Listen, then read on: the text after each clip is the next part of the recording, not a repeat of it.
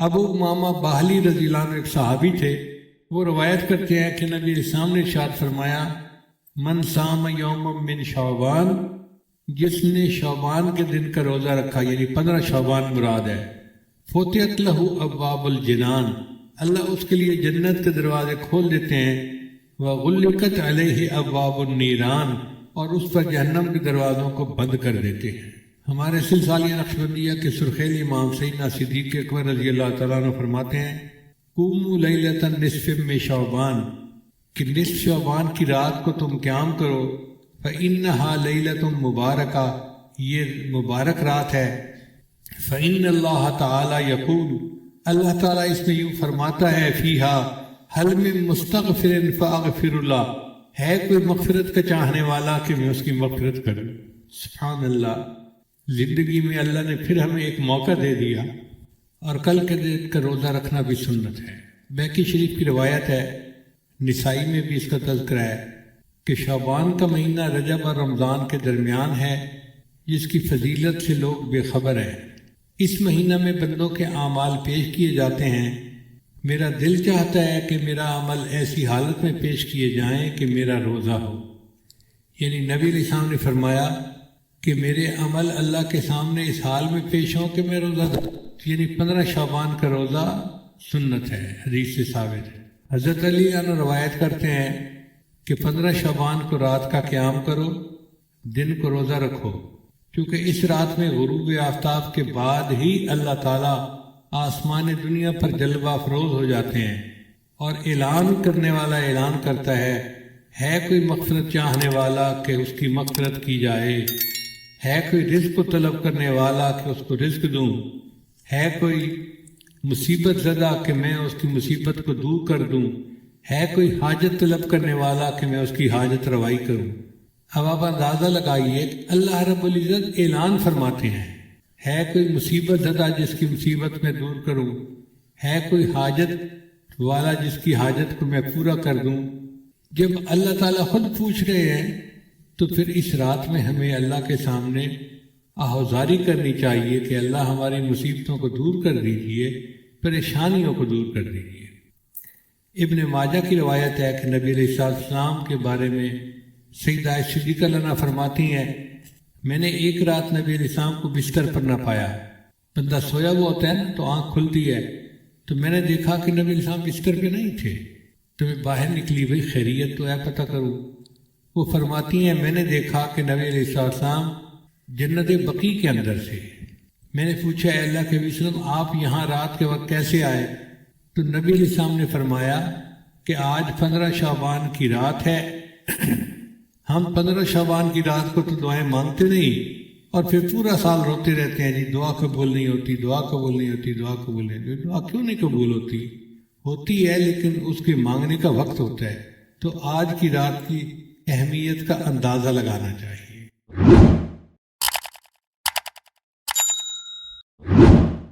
وَلَوْ بَسَطَ اللَّهُ الرِّزْقَ لِعِبَادِهِ لَبَغَوْا فِي الْأَرْضِ وَلَكِنْ يُنَزِّلُ بِقَدَرٍ مَّا يَشَاءُ إِنَّهُ بِعِبَادِهِ خَبِيرٌ بَصِيرٌ۔ سبحان ربك رب العزة عما يصفون وسلام على المرسلين والحمد لله رب العالمين۔ اللهم صل على سيدنا محمد وعلى آل سيدنا محمد وبارک وسلم۔ آج 15 شعبان کی رات ہے، یہ شب برات کہلاتی ہے، برکت والی رات ہے۔ امام ربانی مجد الثانی رحمۃ اللہ نے اس کو یوں سمجھایا ہے، وہ فرماتے ہیں کہ رات کا اندھیرا ہر طرف ہوتا ہے، پھر جب سورج نکلنا ہوتا ہے تو وہ ایسے نہیں کہ یکدم سورج نکل آیا، بلکہ پہلے صبح صادق طلوع ہوتی ہے، تو اندھیرا کم ہو گیا اور روشنی زیادہ ہوتی جا رہی، پھر وہ روشنی بڑھتی جاتی ہے حتیٰ کہ اسفار کا وقت ہو جاتا ہے۔ سورج نکلنے سے تھوڑی دیر پہلے ایسے ہی روشنی ہوتی ہے جیسے سورج نکل چکا، پھر کچھ دیر کے بعد سورج طلوع ہوتا ہے اور دھوپ آ جاتی ہے۔ اسی طرح رمضان مبارک کی رحمتوں کا سورج طلوع ہونا ہے، مگر اس کی صبح صادق آج کی رات ہے۔ آج رات سے رمضان کی برکتیں آنی شروع ہو گئیں، یہ اب ہر روز بڑھتی جائیں گی حتیٰ کہ رمضان المبارک سے ایک دو دن پہلے ایسے ہی برکتیں ہوں گی جیسے کہ خود رمضان کی برکتیں ہوتی ہیں۔ اب آج کی رات میں انسان کے لیے رزق کے فیصلے اللہ تعالیٰ فرماتے ہیں۔ رزق میں انسان کے بیوی بچے، صحت، عزت، کاروبار سب کچھ آ جاتا ہے۔ جو کچھ بھی ہے وہ رزق میں شامل ہے۔ ہم سارا سال رزق کے بارے میں شکایتیں کرتے رہتے ہیں۔ کوئی کہتا ہے قرض نہیں اترتا، کوئی کہتا ہے کہ مجھے انکم کم ہے، کاروبار میں فائدہ نہیں ہوتا۔ بجائے اس کے کہ ہم سارا سال شکوے کریں، بہتر یہ ہے کہ جب اللہ تعالیٰ نے رزق کے فیصلے فرمانے ہیں تو اللہ تعالیٰ کے سامنے عاجزی کر لیں کہ اللہ تعالیٰ ہی خیر کے فیصلے فرما دے۔ جو لوگ غیر شادی شدہ ہیں وہ اپنے لیے اچھے رشتے مانگے، نیک دیندار۔ جو شادی شدہ ہیں اور بے اولاد ہیں وہ اپنے لیے اولاد کی دعائیں مانگیں۔ جو صاحب اولاد ہیں وہ اولاد کی نیکی کے لیے دعائیں مانگیں۔ جو بیمار ہیں وہ صحت کے لیے دعائیں مانگیں۔ جو پریشان حال ہیں مرد یا عورتیں وہ اپنی پریشانیوں کے دور ہونے کے لیے دعائیں مانگیں۔ اپنے لیے بھی مانگیں، اہل خانہ کے لیے بھی مانگیں، ملک کے سب لوگوں کے لیے مانگیں، پوری امت مسلمہ کے لیے مانگیں، پوری دنیا کے مسلمانوں کے لیے مانگیں۔ یہ وقت پوری امت کے مسلمانوں کے اوپر بہت مشکل آ گیا ہے۔ اے خاصہ اے خاصان رسول وقت دعا ہے، امت پہ تیری آ کے عجب وقت پڑا ہے۔ آج کے دور میں روٹی اور رزق زندگی کا نصب العین بن گئے ہیں۔ ایسے لگتا ہے کہ انسان دنیا میں آیا ہی اس لیے ہے کہ مجھے اچھا کمانا ہے اور اچھا کھانا ہے۔ یہ مقصد زندگی نہیں ہے، یہ ضرورت زندگی ہے۔ مقصد زندگی اللہ تعالیٰ کی عبادت ہے، اللہ کی فرمانبرداری ہے۔ مگر ہم رزق کے پیچھے اس طرح پڑے ہوئے ہیں کہ 24 گھنٹے اسی کی فکر ہے، اٹھتے بیٹھتے چلتے پھرتے ہر وقت اسی کی فکر ہے۔ حالانکہ آج کے دور میں زیادہ کھا کر مرنے والوں کی تعداد زیادہ ہے بنسبت بھوک سے مرنے والوں کے، اور اللہ تعالیٰ نے رزق کی اتنی بہتات دی ہے کہ بے موسم کے پھل ہر جگہ پر ملتے ہیں۔ پھل کیا ملنا بلکہ بے موسم کے جوس ہر جگہ ملتے ہیں۔ پورا سال جو جوس پینا چاہیں وہ فریج کے اندر موجود ہوتا ہے۔ تو ایک طرف تو اللہ تعالیٰ کی رحمتوں کی انتہا یہاں تک ہے، اور دوسری طرف ہمارا حال یہ ہے کہ اٹھتے بیٹھتے اللہ کے شکوے، مجھے یہ نہیں ملا، مجھے یہ نہیں ہوا، میرے بچے کی نوکری نہیں ہو رہی، بیٹی کا رشتہ نہیں آ رہا۔ تو بجائے شکوے کرنے کے ہم اللہ تعالیٰ کے سامنے درخواست کریں کہ یا اللہ تو آئندہ سال کے لیے جو رزق کے فیصلے فرمائے گا تو ہمارے لیے خیر کے فیصلے فرما دے۔ روٹی کو اتنی اہمیت حاصل ہو گئی ہے کہ اس سے پہلے تاریخ میں کبھی اتنی اہمیت حاصل نہیں تھی۔ دین اسلام اتنا خوبصورت ہے کہ اس نے کسب حلال کو عبادت کہا ہے، اس لیے شریعت نے رہبانیت سے منع کیا ہے۔ رہبانیت کہتے ہیں کہ اتنا دین میں لگ جانا کہ دنیا کو چھوڑ دینا، بیوی بچوں کو نظر انداز کر دینا۔ لا رہبانیت فی الاسلام، اسلام کے اندر کوئی رہبانیت نہیں ہے۔ دوسری طرف ہے اباہیت۔ اباہیت کہتے ہیں کہ روٹی کپڑا اور مکان کو زندگی کا مقصد بنا لینا، یہ بھی ناجائز ہے۔ نہ رہبانیت جائز ہے نہ اباہیت جائز ہے، ہمیں اس کے درمیان کی زندگی گزارنی ہے۔ ہمارے حضرت مسیح عالم رحمۃ اللہ فرماتے تھے کہ اللہ تعالیٰ کو جو راستہ جاتا ہے وہ جنگلوں اور غاروں سے ہو کر نہیں جاتا، ان گلی کوچوں بازاروں سے ہو کے جاتا ہے۔ اللہ چاہتے ہیں کہ میرے بندو تم معاشرے میں زندگی گزارو، حقوق اللہ پورے کرو، حقوق العباد پورے کرو، تو اس کے بعد تمہیں اللہ کی رضا مل جائے گی۔ اس لیے انسان رزق کے حلال کے لیے کوشش تو کرے مگر حرص نہ دکھائے۔ جو مقدر میں ہے ملنا وہی ہے، جو مرضی کرتا پھرے۔ یہ جو ہمارا پیٹ کا مسئلہ ہے نا، یہ صرف موت تک کا مسئلہ نہیں، موت کے بعد کا بھی مسئلہ ہے۔ چنانچہ قیامت میں جب انسان کھڑا ہوگا تو اسے سخت پیاس لگی ہوگی۔ جن لوگوں کو جہنم میں بھیجا جائے گا ان کو سخت بھوک ہوگی، مگر ان کو وہاں کھانے کے لیے زقوم دیا جائے گا اور پینے کے لیے غسلین دیا جائے گا۔ وہ غسلین اتنا گرم ہوگا کہ انسان کی آنتیں کٹ کر پخانے کے راستے باہر نکل جائیں گی۔ پھر انسان ٹھیک ہو جائے گا، پھر بھوک لگے گی، پھر پیاس لگے گی، اور یہ سائیکل سزا کا چلتا ہی رہے گا۔ اللہ تعالیٰ فرماتے ہیں کہ جب ان کی جسم کی جلد جل جائے گی، بدلناہم جلودا غیرہا لیذوقوا العذاب، ہم ان کے جسم کی سکن کو دوبارہ ٹھیک کر دیں گے تاکہ ان کو دوبارہ عذاب مل سکے۔ تو یہ پیٹ کا مسئلہ کوئی ابھی کا نہیں ہے، یہ مستقل ایک مسئلہ ہے۔ ہم اللہ تعالیٰ سے دنیا کے رزق کی دعائیں بھی مانگیں اور نیک اعمال کی توفیق بھی مانگیں۔ آج کے دور میں جو بندہ مال کما لیتا ہے اسی کو لوگ اچھا سمجھتے ہیں، بھلے جھوٹ بول کے کمائے یا دھوکہ دے کے کمائے۔ شریعت نے کہا کہ مال تو اس نے کما لیا مگر مال کے ساتھ وبال بھی آئے گا اگر مال حرام ہوا۔ ہم کتنے لوگوں کو دیکھتے ہیں کہ ان کے پاس پیسہ تو بہت ہوتا ہے، کسی کی بیوی نافرمان، کسی کے بچے نافرمان، کسی کو بیماری لگ گئی، کسی کو دفتر کے مقدموں میں الجھا لیا گیا، تو ایسے مال کا کیا فائدہ کہ انسان کے لیے جینا مشکل ہو جائے۔ خود اپنی زبان سے کہتے ہیں کہ جی اس جینے سے تو مر جانا زیادہ بہتر ہے۔ تو بہتر ہے کہ انسان رزق حلال ہی کی تمنا رکھے اور سکون کی زندگی گزارے۔ نبی کے سامنے ارشاد فرمایا، زکوٰۃ دینے سے مال میں برکت آتی ہے اور سود لینے سے انسان کے مال سے برکت ختم ہو جاتی ہے۔ آج جس کو دیکھو وہی سودی کاروبار کر رہا ہے، کہتے ہیں جی کہ کیا کرے، بینک کے بغیر تو کام چلتا ہی نہیں ہے۔ رزق اپنی رفتار میں موت سے زیادہ تیز ہے۔ انسان کو رزق پہلے پہنچتا ہے، موت کا فرشتہ بعد میں آتا ہے۔ باجید بستامی رحمۃ اللہ علیہ نے ایک جگہ نماز ادا کی تو ایک بندے نے ان سے پوچھا، من این تاکل، آپ کہاں سے روٹی کھاتے ہیں؟ تو اس بزرگ نے جواب دیا، تو باجید بستامی نے جواب دیا، اصبر حتی اعید الصلاۃ التی صلیتها خلفک، صبر کر حتیٰ کہ میں نماز لٹا لوں جو میں نے تمہارے پیچھے ادا کی ہے، حیث شککت فی رازق المؤمنین، کیونکہ تو نے مخلوق کو رزق دینے والے پروردگار کے اندر شک کیا ہے۔ بھئی تو کیسا امام مسجد ہے کہ تجھے اتنا ہی نہیں پتا کہ کون کھلاتا ہے ہمیں؟ اس لیے باجید بستامی رحمۃ اللہ فرمایا کرتے تھے، اگر ساری مخلوق کو میرا کنبہ بنا دیا جائے اور زمین تانبے کی بن جائے کہ اس میں ایک درخت نہ اگے، کھیتی نہ اگے، سبزی کچھ بھی نہ اگے، اور آسمان سے ایک قطرہ بارش کا نہ گرے، مجھے پھر بھی یقین ہے کہ اللہ تعالیٰ میری عیال کو رزق پہنچا دیں گے۔ اللہ تعالیٰ وہ ذات ہے جو انسانوں کو، حیوانوں کو، پرندوں کو، چرندوں کو، کیڑے مکوڑوں کو، ہر کسی کو رزق پہنچاتا ہے۔ حتیٰ کہ بند پتھر کے اندر کچھ کیڑے ہوتے ہیں، ان کیڑوں کو بھی اللہ روزی پہنچاتا ہے۔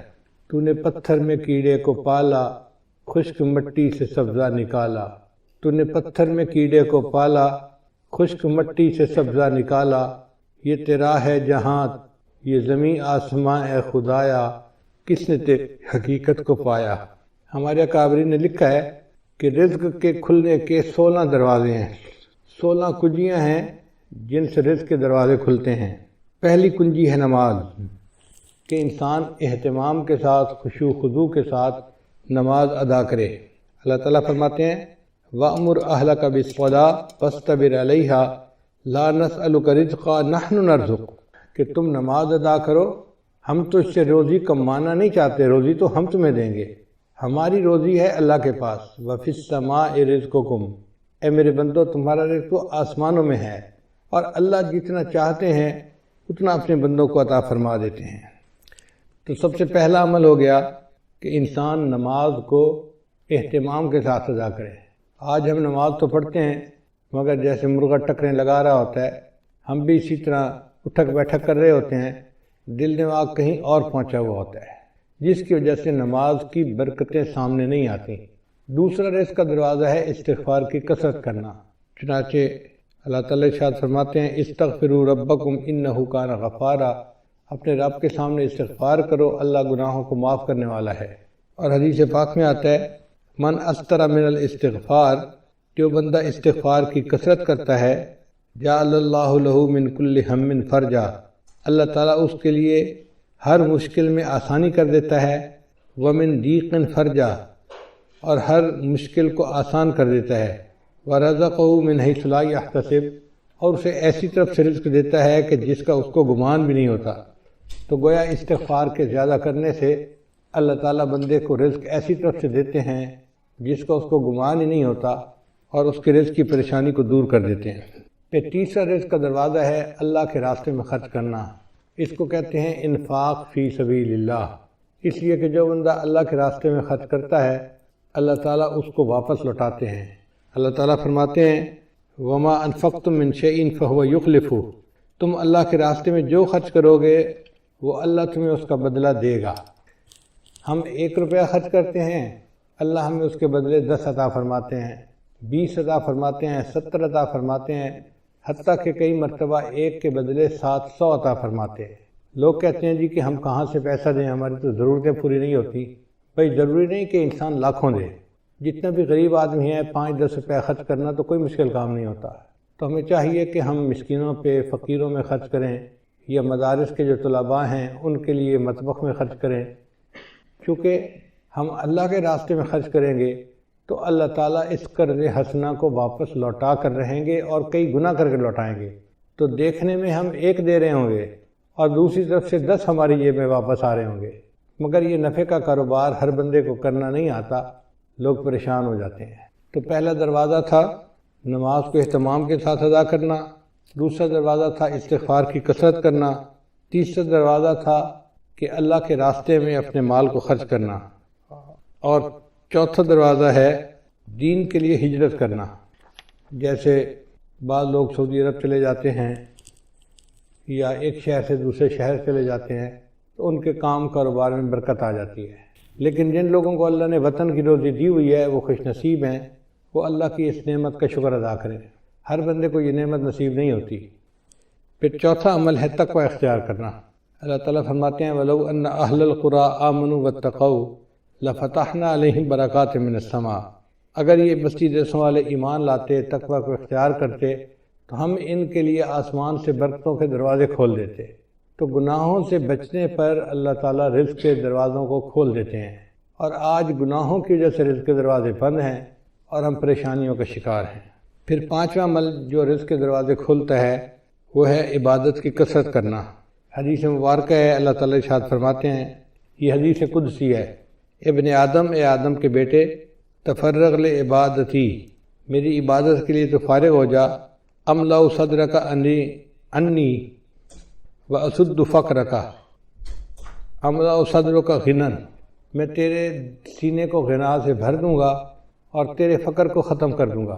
تو دیکھیں عبادت کرنے سے اللہ تعالیٰ سینے میں بے نیازی ڈال دیتے ہیں اور بندے کے فقر کو ختم کر دیتے ہیں۔ اس لیے اللہ کا ذکر کثرت سے کرنا، قرآن پاک کی تلاوت کرنا، نیکی کرنا، یہ انسان کے رزق میں برکت کا دروازہ ہے۔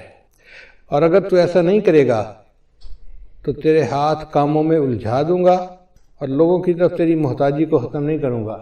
دیکھو کیسی عجیب بات کہی ہے کہ میں تیرے ہاتھ کو کاموں میں الجھا دوں گا۔ ویسے تو بڑا مصروف نظر آئے گا، یہ کر رہا ہوں، یہ دے رہا ہوں، یہ لے رہا ہوں، یہ فائل آ رہی ہے، یہ جا رہی ہے، یہ آرڈر ہے، یہ فلاں ہے، ہاتھ تیرے کام میں الجھے ہوں گے، مگر تیرا فقر ختم نہیں ہوگا، تنگدستی ختم نہیں ہوگی۔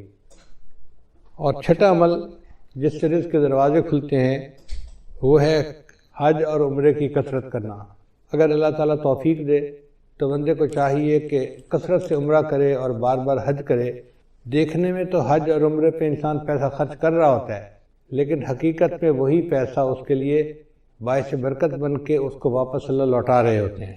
چنانچہ نبی علیہ السلام کے بعد جب کوئی بندہ رزق کی شکایت کرتا تھا تو نبی علیہ السلام اسے مشورہ دیتے تھے کہ تم عمرہ کرو۔ عمرہ کر کے جو دعائیں مانگتا تھا تو اللہ تعالیٰ رزق کی پریشانی کو دور فرما دیتے تھے۔ ساتواں عمل جس سے رزق کے دروازے کھلتے ہیں اس کو کہتے ہیں صلہ رحمی۔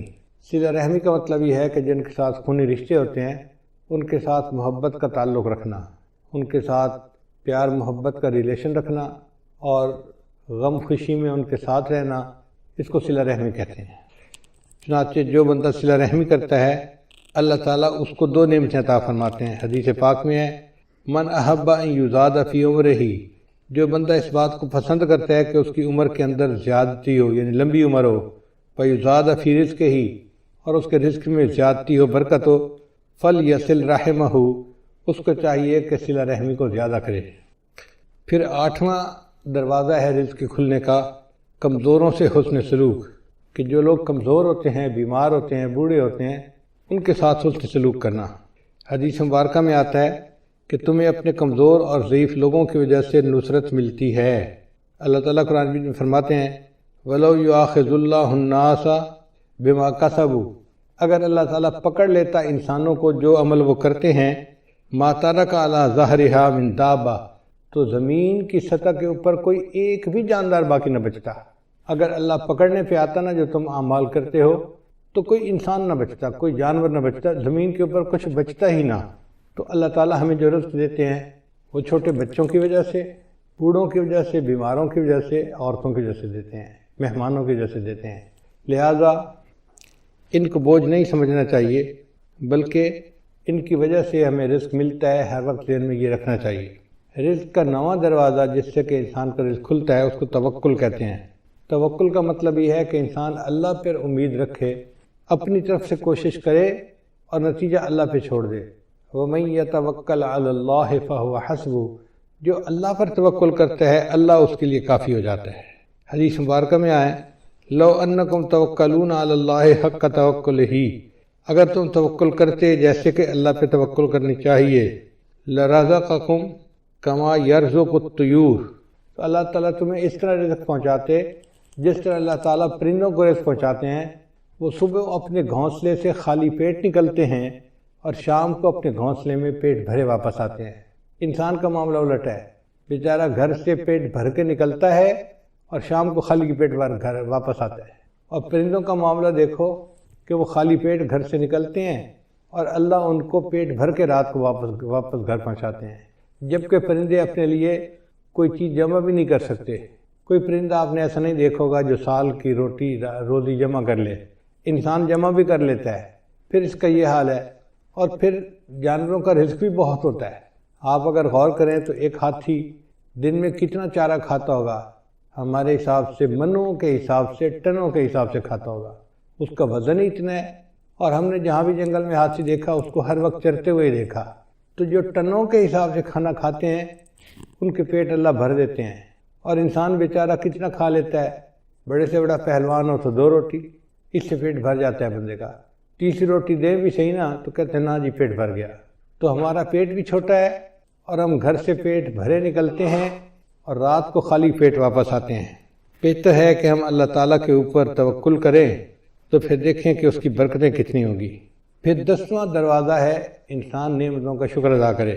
اللہ تعالیٰ فرماتے ہیں لَإِن شَكَرْتُمْ لَأَزِيدَنَّكُمْ، اگر تم شکر ادا کرو گے ہم اپنی نعمتیں تم پر اور زیادہ کریں گے۔ آپ دیکھیں ہمارے اوپر اللہ کی کتنی نعمتیں ہیں، ہم تو شکر بھی ادا نہیں کر سکتے۔ الحمدللہ ثم الحمدللہ کہ گھروں میں کھانا کھانے بیٹھتے ہیں تو 1 سالن 2 سالن تو معمول کی بات ہے، کبھی گوشت پکا ہوتا ہے، کبھی دال پکی ہوتی ہے، کبھی روٹی بنی ہوتی ہے، کبھی چاول بنے ہوتے ہیں۔ اب 2 قسم کے کھانے پڑے ہوتے ہیں، حالانکہ کھانا تو ایک بھی مل جاتا تو بہت تھا، مگر یہ اللہ کی نعمت ہے نا کہ اللہ کئی قسم کے کھانے دیتے ہیں۔ اور پھر یہ نہیں کہ کھانے ہی ہمیں ملتے ہیں، کھانے کے علاوہ وافر کھانے ہوتے ہیں۔ چنانچہ میں نے دیکھا ہے کہ ہمارے پاس کئی دفعہ 8-10 مہمان آ جاتے ہیں نا تو مجھے صرف اندر پیغام بھیجنا پڑتا ہے جی کہ مہمان ہیں، کوئی کھانے کے لیے تردد نہیں کرنا پڑتا۔ اللہ کے فضل سے اتنا کھانا ہوتا ہے گھر والوں کا بچا ہوا کہ 8-10 آدمیوں کا کھانا تو اسی میں ہی نکل آتا ہے۔ یہ اللہ کا کتنا بڑا کرم ہے، کتنا بڑا فضل ہے، ہم اللہ کی اس نعمت کا شکریہ ادا نہیں کر سکتے۔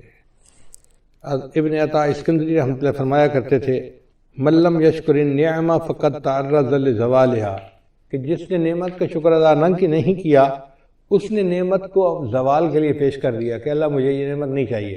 ومن شکرہا، اور جس نے نعمت کا شکر ادا کیا فقد قید بعقالہا، اس نے نعمت کو نکیل کے ذریعے سے پکڑ لیا، باندھ لیا اپنے پاس۔ یعنی جو نعمت ملتی ہے اور بندہ اس کے اوپر شکر ادا کرتا ہے پھر وہ نعمت اللہ سے واپس نہیں لیتے بلکہ اس نعمت میں اور برکت عطا فرما دیتے ہیں۔ پھر 11واں دروازہ کہ جب بھی مرد اپنے گھر میں داخل ہو مسکراتے چہرے کے ساتھ داخل ہو اور اہل خانہ کو سلام کرے۔ حدیث مبارکہ میں ہے، سیدہ صدیقہ نے فرماتی ہیں کہ نبی صاحب جب بھی گھر تشریف لاتے تھے تو مسکراتے چہرے کے ساتھ آتے تھے اور اہل خانہ کو سلام کیا کرتے تھے۔ یہ اہل خانہ کو سلام کرنا رزق کی برکت کا ذریعہ ہے۔ چنانچہ حدیث پاک میں ہے ثلاثۃ کلہم ضامن اللہ، 3 بندے ہیں جن کا اللہ کے اوپر ضمانت ہے، یعنی اللہ ان کو رزق پہنچاتا ہے۔ ان عاش رزقا، اگر وہ زندہ رہے گا تو اللہ روزی عطا فرمائے گا، وکفا، اور روزی ان کے لیے کافی ہوگی، وان مات، اور اگر وہ مر جائے گا داخل الجنہ، تو جنت میں اللہ ان کو داخل کر دے گا۔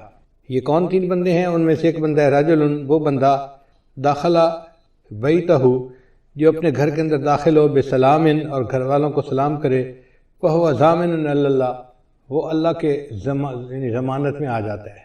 اب یہ کتنا آسان کام ہے، مگر بہت سارے لوگ ہیں جو گھروں میں داخل ہوتے ہیں تو ان کو سلام کرنا یاد ہی نہیں ہوتا، بس باتوں میں لگ جاتے ہیں، مسکرائیں گے، بیوی سے پوچھیں گے تیرا کیا حال ہے، بچوں سے پوچھیں گے تم کیسے ہو، مگر سلام کرنا ان کو یاد نہیں ہوتا۔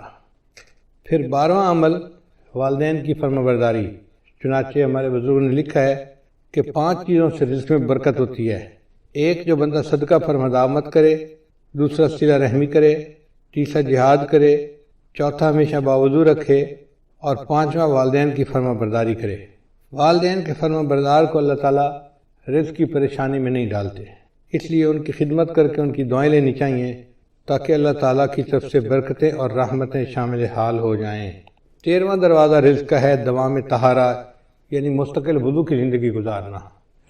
اگر انسان عادت بنا لے تو وہ باوضو ہر وقت رہ سکتا ہے۔ جیسے ہمیں ہر وقت بے وضو رہنے کی عادت ہے، اس کو بدل لیں تو ہر وقت باوضو رہنے کی عادت ہو جائے گی۔ جب وضو ٹوٹے دوبارہ پھر وضو کر لیں۔ ہمارے اسی شہر میں ایک جگہ ایک گھرانہ ہے جو امام ربانی مجدد ثانی رحمۃ اللہ کے اولاد میں سے ہیں۔ تو بہت سال پہلے کی بات ہے، کوئی 30 سال پہلے کی بات ہے، مجھے خیال آیا کہ جا کے ان سے صرف اللہ کے لیے ملاقات کروں۔ تو میں ان کے ہاں گیا، ملاقات ہوئی۔ ہم جب پہنچے تو بس مغرب کے وقت میں کوئی 5 ہی منٹ باقی تھے۔ سلام دعا ہوئی۔ انہوں نے کہا جی کہ یہاں سے مسجد دور ہے تو ہمیں گھر میں ہی نماز پڑھنی پڑے گی۔ ہم نے کہا ٹھیک ہے۔ ان کے بچے گراؤنڈ کے اندر فٹ بال کھیل رہے تھے، کوئی 10-12 بچے ہوں گے چھوٹے بڑے، خوب ہنگامہ تھا جیسے 2 ٹیموں کا میچ ہو رہا ہوتا ہے۔ لو جی ہم کھڑے ہو گئے مصلی پہ جماعت کے لیے۔ انہوں نے آواز دی بچوں کو، بچوں نماز کا وقت ہو گیا ہے۔ سارے بچے گراؤنڈ سے بھاگتے ہوئے آئے اور صف میں آ کے کھڑے ہو گئے۔ اب جب ہم نے نماز ادا کی تو مجھے بڑی حیرت ہوئی کہ کیا سب بچوں کا وضو تھا یا کچھ بچوں نے بے وضوئی نماز پڑھ لی۔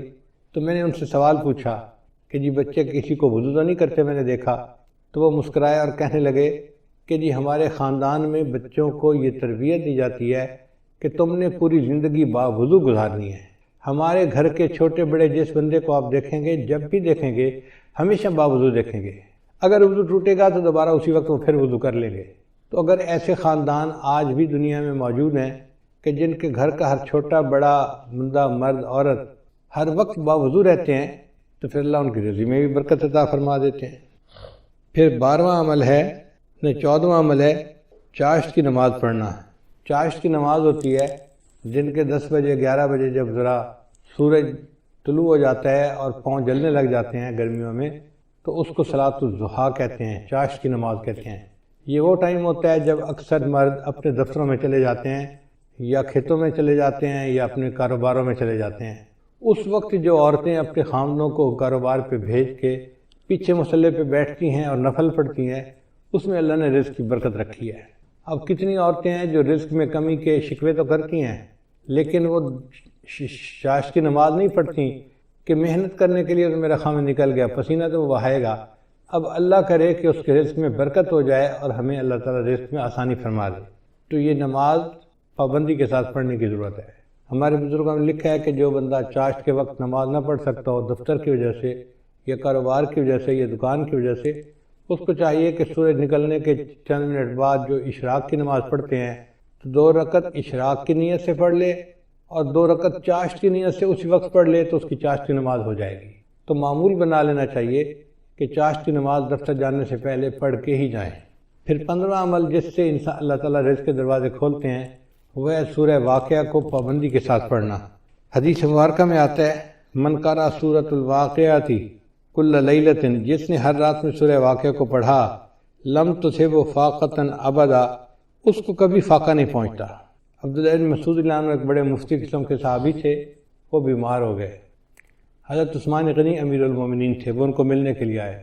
اللہ تعالیٰ نے عثمان غنی رضی اللہ عنہ کو مال پیسہ بھی بہت دیا تھا، تو انہوں نے بات چھیڑی اور بات کرتے ہوئے کہا کہ عبداللہ بن مسعود آپ کی بیٹیاں ہی بیٹیاں ہیں، بیٹا کوئی نہیں، تو میرا دل چاہتا ہے کہ میں آپ کو بہت سارا مال ہدیہ دے دوں۔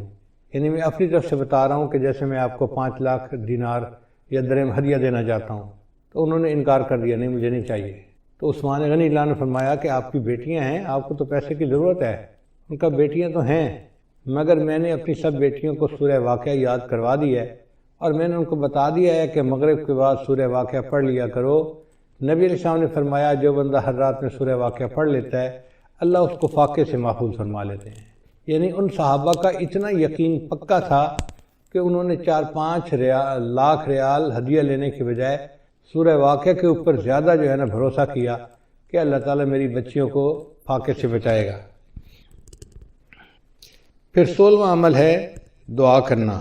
تو ہمیں چاہیے کہ ہم رزق کی برکت کے لیے دعا بھی کریں، جیسے آج کی رات قبولیت دعا کی رات ہے اور اب سے لے کے جو آگے وقت آ رہا ہے یہ سب قبولیت دعا کا وقت ہے۔ یہ رزق کی جو فہرستیں ہیں یہ اب سے بننا شروع ہوتی ہیں اور یہ بنتی رہتی ہیں بنتی رہتی ہیں بنتی رہتی ہیں، حتیٰ کہ 27 رمضان مبارک کو یہ فہرستیں اللہ تعالیٰ فرشتوں کو ہینڈ اوور کر دیتے ہیں ایگزیکیوشن کے لیے، عمل درآمد کے لیے۔ تو ہمارے پاس آج کی رات سے لے کے 27 رمضان تک کا وقت ہے، اس دوران ہم اللہ کو منائیں، اس کے سامنے روئیں، اس سے رزق مانگیں، اس سے صحت مانگیں، جو مانگنا ہے مانگیں۔ اللہ کے در میں کسی چیز کی کمی نہیں، جتنا مانگیں گے اللہ اتنا عطا فرمائیں گے، حتیٰ کہ 27 رمضان کو یہ لسٹیں فائنل ہو جائیں گی، اور اسی میں یہ بھی فیصلہ ہوگا کہ اگلے سال کس نے زندہ رہنا ہے اور کس بندے نے مرنا ہے۔ زندگی اور موت کے فیصلے بھی اس بجٹ میں شامل ہیں، جیسے رزق کے فیصلے شامل ہیں۔ تو ہم اللہ تعالیٰ سے دعا مانگیں آج رات بھی اور آئندہ بھی۔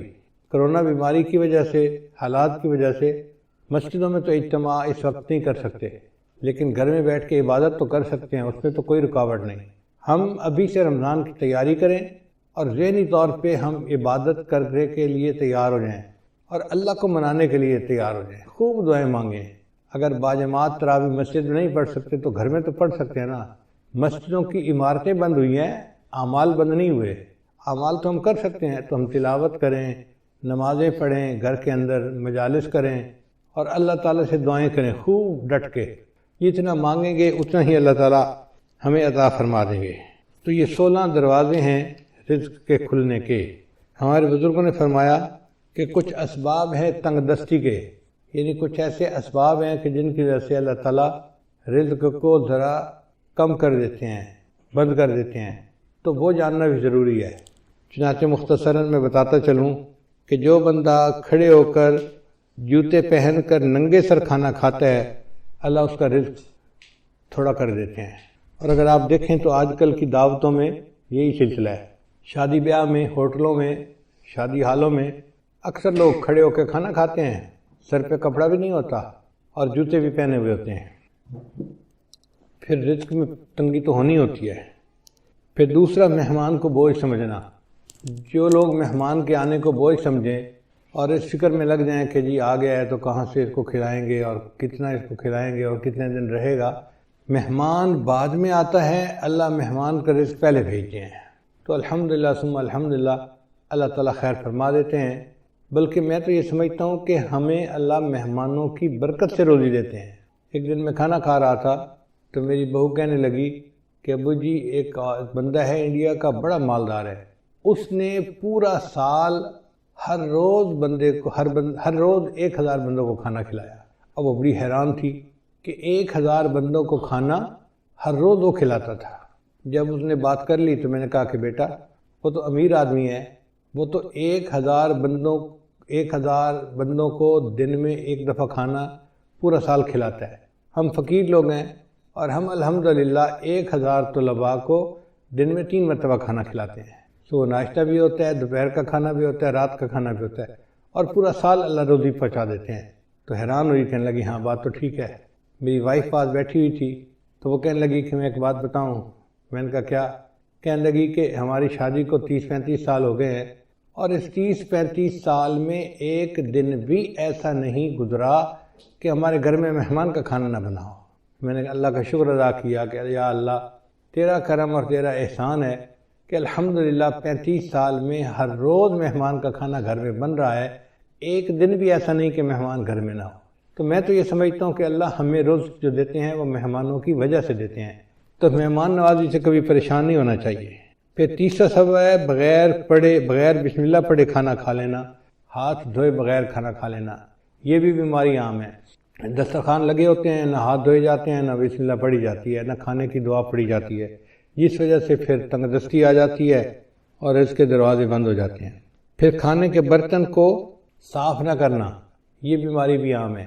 ہم لوگ کھانا کھاتے ہیں اور کچھ تھوڑا سا کھانا آخر پہ بچا دیتے ہیں، حالانکہ اسی کھانے میں برکت ہوتی ہے۔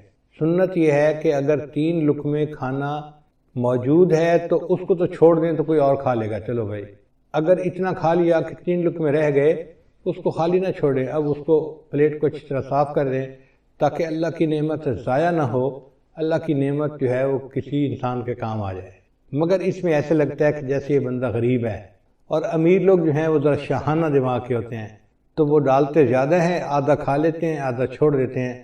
یہ جو آدھا کھانا اور آدھا چھوڑنا ہے یہ بھی رزق میں تنگی کا سبب بنتا ہے۔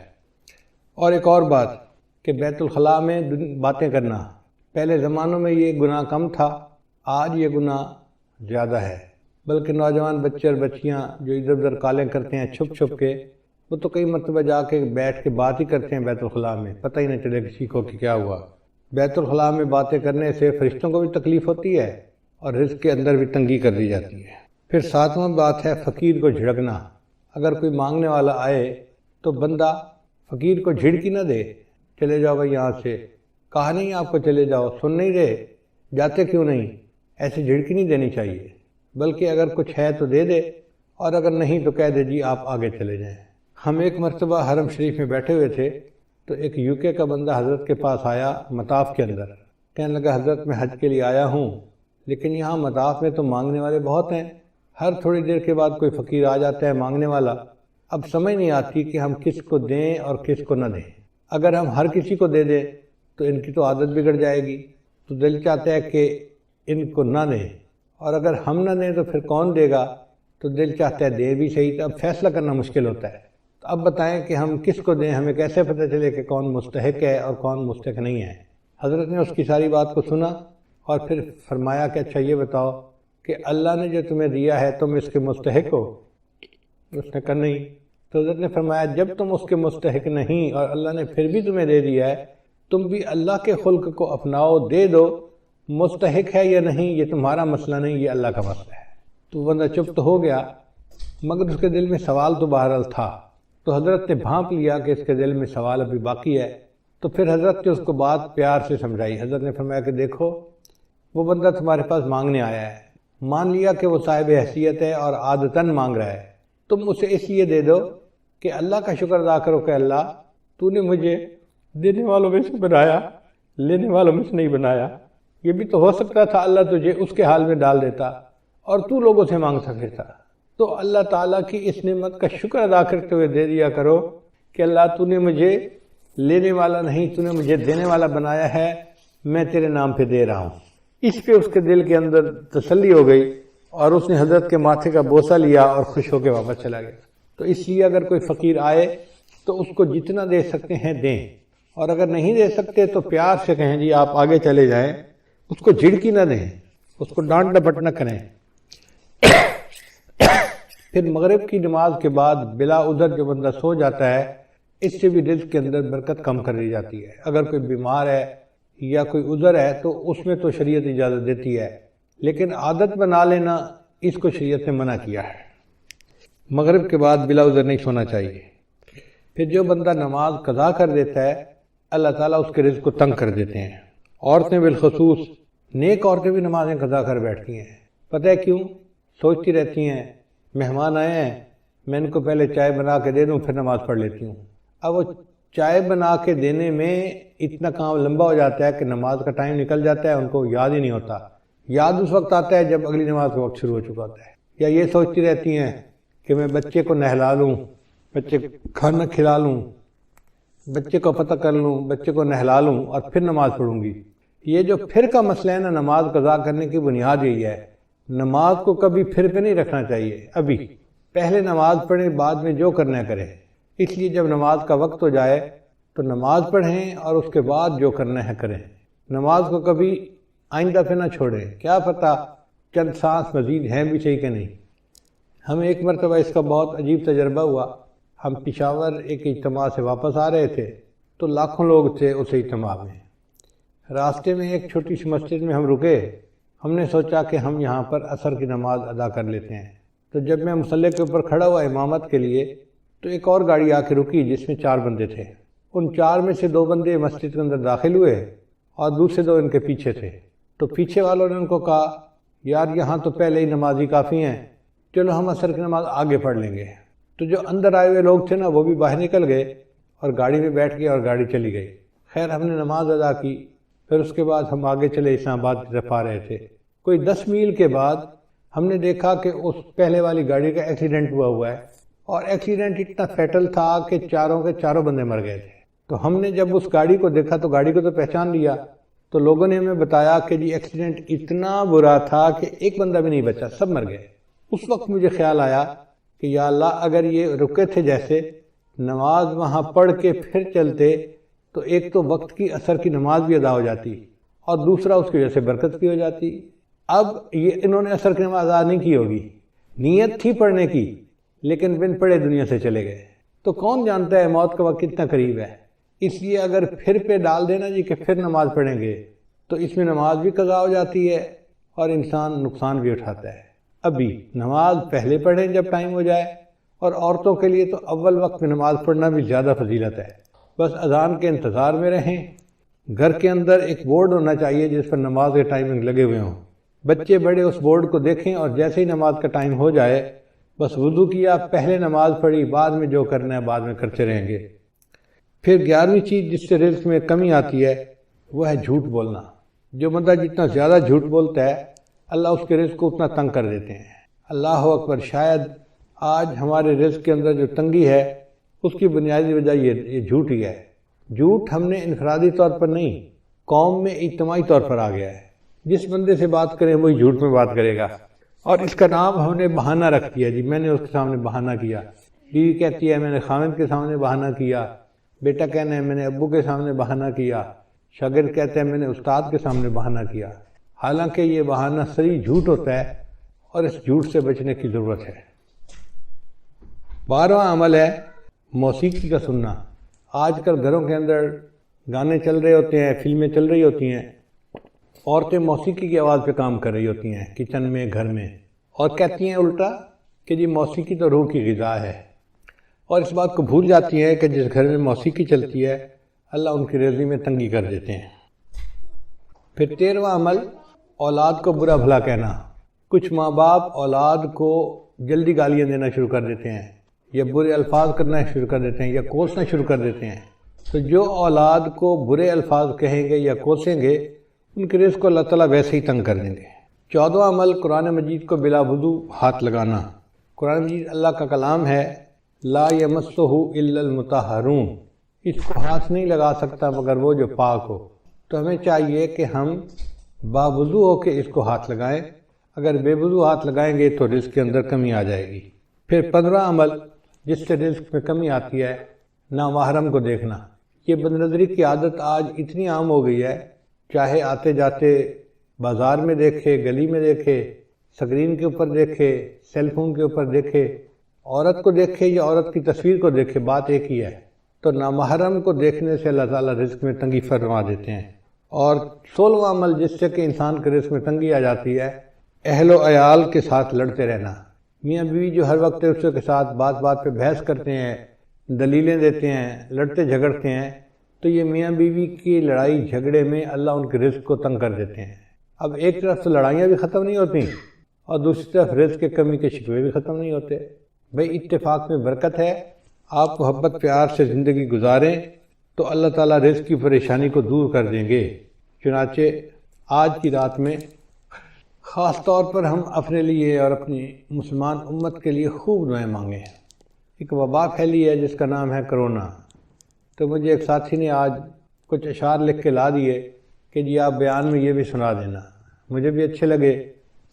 اشعار ہیں، نمازیں پڑھو تم تلاوت کرو نہ، یعنی کرونا جو ہے نا وہ اصل میں ہے کہ آ کے کہہ رہا ہے کہ میاں تم یہ کام کرو، نمازیں پڑھو تم تلاوت کرو نہ، گناہوں کو چھوڑو عبادت کرو نہ، کرونا تمہارا نہ کچھ کر سکے گا، کرونا کے خالق کی طاعت کرو نہ، پریشان کیوں ہو خدا ہے تمہارا، دواؤں سے اپنی حفاظت کرو نہ، اٹھو چھوڑ دو کفر کی پیروی اب، غلامی سے نکلو عبادت کرو نہ، نبی کی محبت میں داڑھی بڑھا کر نبی جیسی اپنی شباہت کرو نہ، اگر چاہتے ہو دلوں میں حلاوت نگاہوں کی بھی تم حفاظت کرو نہ، کرونا کا یہ بھی ہے پیغام طائر، خدا فدا رب کی چاہت پہ چاہت کرو نہ، کہ تم اللہ کی چاہت پہ اپنی چاہت کو فدا کر دو، یہ کرونا کا پیغام ہے۔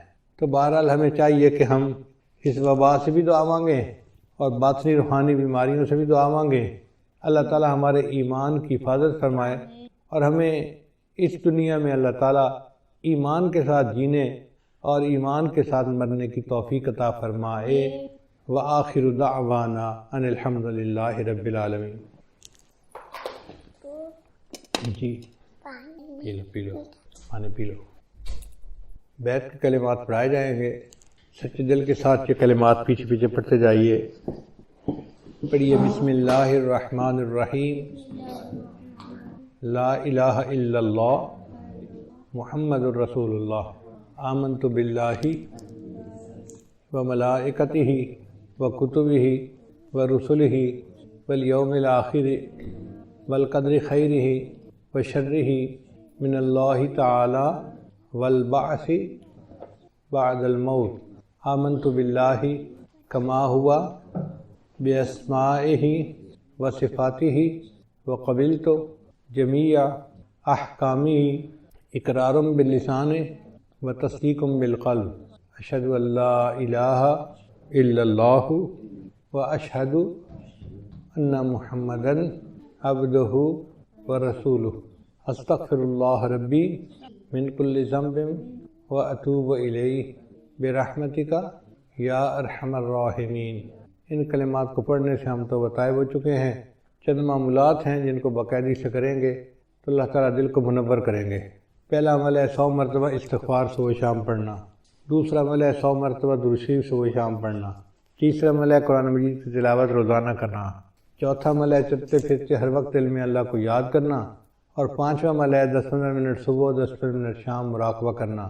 انشاءاللہ مراقبہ کریں گے تو اس سے دل میں اللہ کی محبت بڑھے گی اور ہمارے اعمال کے اندر جان پیدا ہو جائے گی۔